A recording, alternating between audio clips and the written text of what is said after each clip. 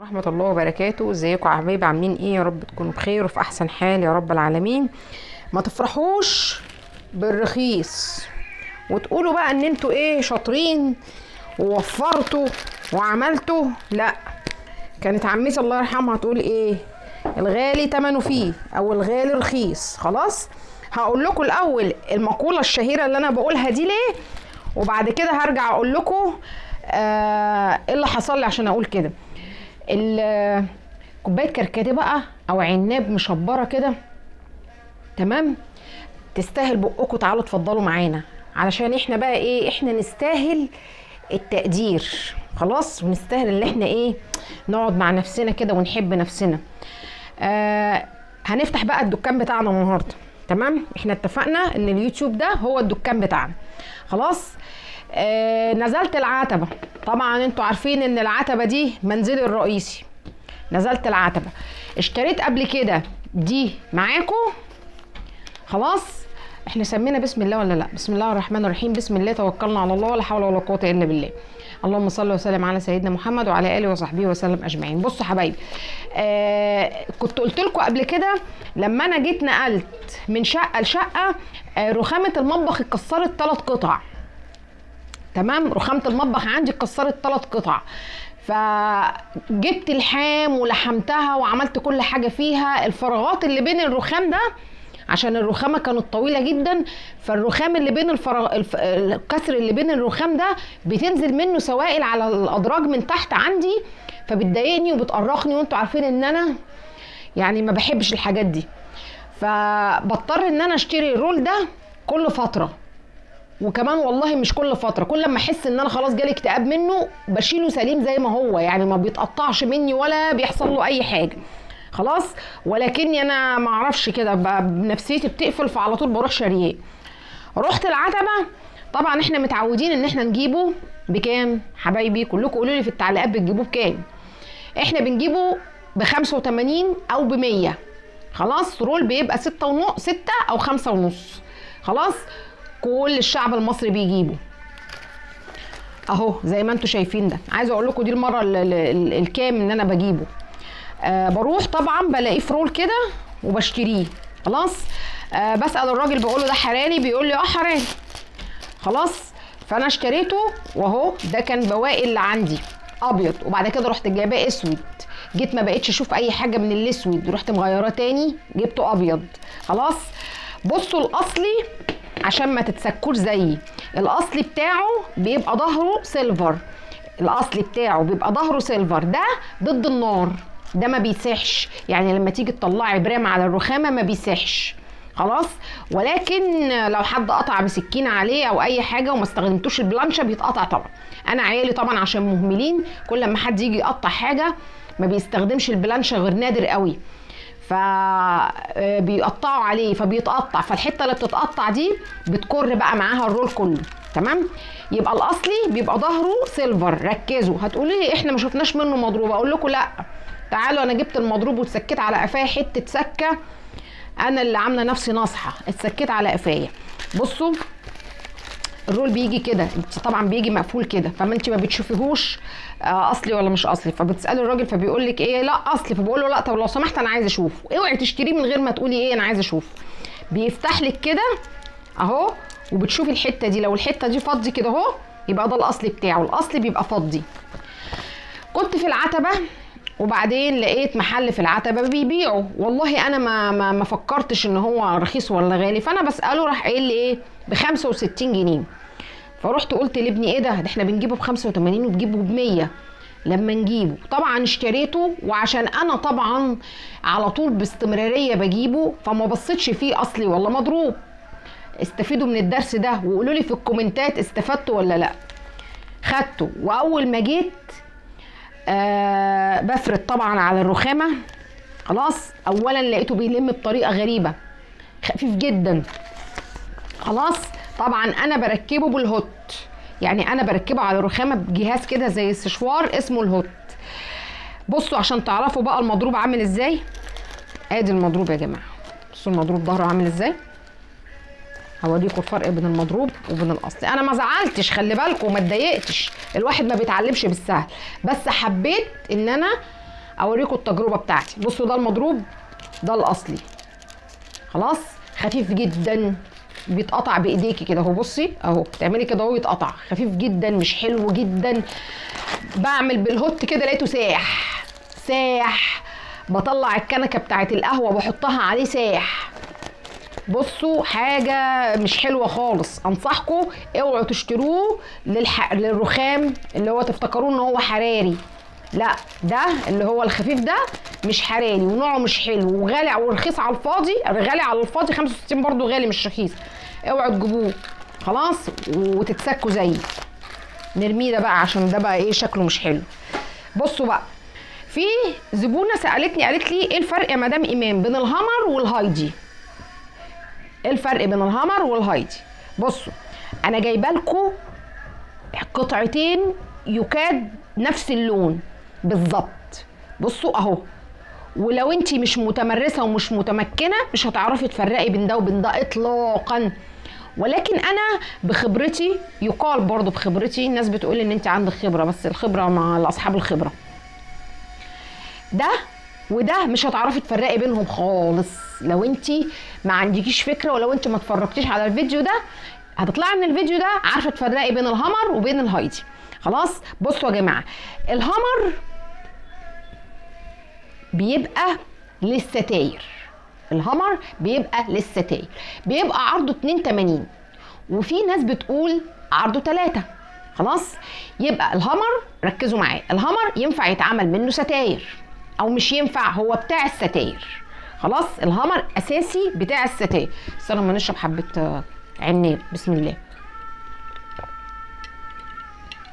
الله الله موجود في كل الوجود. بصوا حبايبي، الهامر بتاع الستاير، الهامر بتاع الستاير عرضه 2 متر 80 وناس يقولوا عليه 3. خلاص في مطه طول وما فيهوش مطه عرض. بصوا ما فيهوش مطه عرض ولكن في مطه طول. ركزوا معايا اهو، بصوا بيمط كده وما بيمطش كده. خلاص بيمشي للستاير، في منه جميع الالوان. بحب اجيبه الكفرات اللحاف، بحب اجيبه بجيبه لحاجات كتير، انا بستخدمه لحاجات كتير. كل واحد يعمل اللي يريحه، والشطره تغزل بايه؟ برجل حمار. كل واحده تعمل اللي يريح. بعمل منه ظهر الكوشينات، بعمل منه شرايح للانتريه وبركب له بيبقى فيه زي من تحت كده ايطانات مكرميه، بعمله فرش للانتريه وبركب له مكرميه، بيبقى تحفه. وعندي صور كتير بس انا عندي التليفون ما فيهوش مساحه. ساعات بعمل منه خداديات، كنت وريتكم في كذا صوره في الفيديوهات. ارجعوا للفيديوهات بتاعتي هتلاقيني عامله منه كفرات لحفه، دهور لكفرات لحفه. خلاص يبقى الهامر بيبقى بتاع الستاير، اساسي بتاع الستاير. احنا بنحب نجيبه ليه بقى؟ الخياطين عامه او نقابه الخياطين، علشان بيبقى عرضه 2 متر 80 فبيوفر معانا في كل حاجه بقى. بيوفر معانا في اللحافه، بيوفر معانا في الخداديات. ما 2 متر 80 عرضه كبير، فبنحب نجيبه عشان كده. ما بيزهقناش كتير يعني، بس انت لازم تبقي مظبطه ايديك. يعني انا عايزه اقول لكم على حاجه، بصوا الحته دي مقصوصه ازاي. والله يا جماعه انا مقصاها من حاجه، ده بقى قماش، بس بصوا مقصوص مربع ازاي او مستطيل ازاي. اهم حاجه في الهامر انك تقصيه مظبوط. اوعي تجيبي لي حته شارده وتقولي لي هشرب، اوعي تجيبي لي حته كده وتقولي لي هشرب، لا. الهامر بالذات لازم يتقص بالمسطره ويتقص بالسنتي.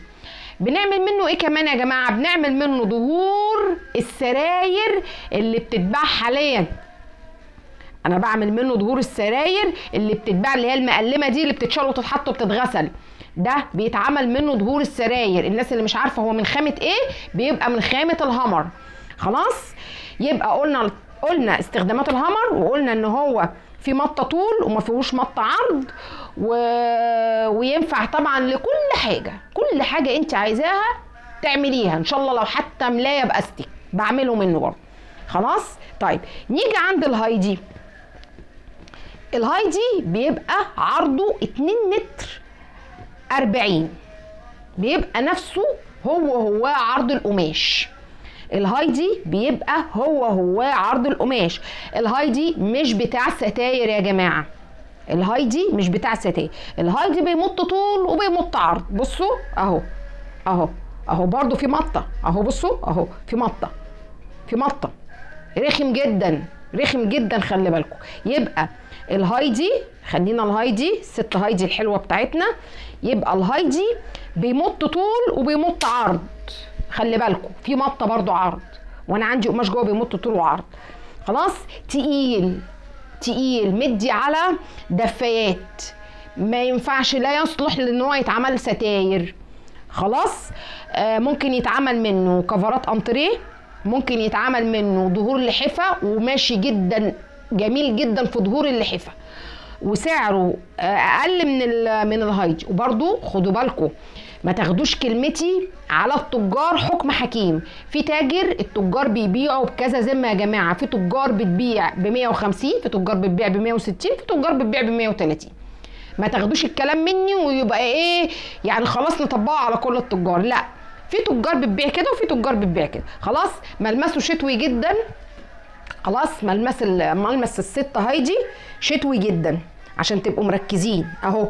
بصوا تحسوا ان القطيفه بتاعته اهو، بصوا هايشه هايشه هايشه. ده بصوا فطسه، الهمر فطسه، ده هايشه، كانك مثلا ايه بتستخدمي قماش سوفت، فاهميني؟ طبعا السوفت غير ده. يبقى الهايدي غير الهمر. يا رب تكونوا استفدتوا. عرضه بيبقى عرض القماش العادي، قماش الملايات. في ناس بتعمله كفرات لحاف. ليه كفرات ظهور لحفه؟ لان هو في فوليوم شويه، في فوليوم عالي، يعني تحسوا ان الوبره بتاعته عاليه عن الهمر.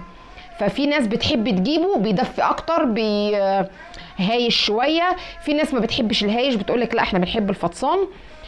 ده بقى تقدري تشربي منه لان هو في مطه عاليه قوي، مطته عاليه جدا، يعني ممكن تشربي، ممكن تعملي اي حاجه منه وتتدارى في الخياطه. خلاص. حاجه تانية عايزه اقولها لكم، الرابت اللي مغرق الدنيا. اول ما نزل الرابت ده كان اصلي، الرابت المقلم ده اول ما نزل في الاسواق كان اصلي. لما الناس اتهفتت عليه وابتدت تنتشه نتش كده وتاخده، ابتدت التجار تجيب اتواب على اسمها وتعمله. بصوا ابتدت التجار تجيب اتواب على اسمها وتعمله، ويبقى ظهره كده. ده مش الاصلي، خلي بالكم. لو هتشوفوا فيديوهات قديمه عندي مصورها لكم من عند عماد حمدي، هتشوفوني مصوره ظهر الرابت عامل ازاي. ظهر الرابت ما بيمطش ولا طول ولا عرض، الرابت ما بيمطش ولا طول ولا عرض، وكذلك الكلام يمشي على البابلز، ولا طول ولا عرض. بقوا يغرقوا منه الدنيا وبقوا يبيعوه بسعر المستورد. ما هو طبعا علشان عليه اقبال جامد قوي، والناس بقت عايزه تشتريه، مش لاقيينه، حتى ما بقوش عارفين يستوردوه، فابتدوا ان هم يعملوه زي الجاكار. بصوا ظهره عامل ازاي اهو، وبيمط اهو، بصوا بيمط زي ما انتم شايفين كده اهو.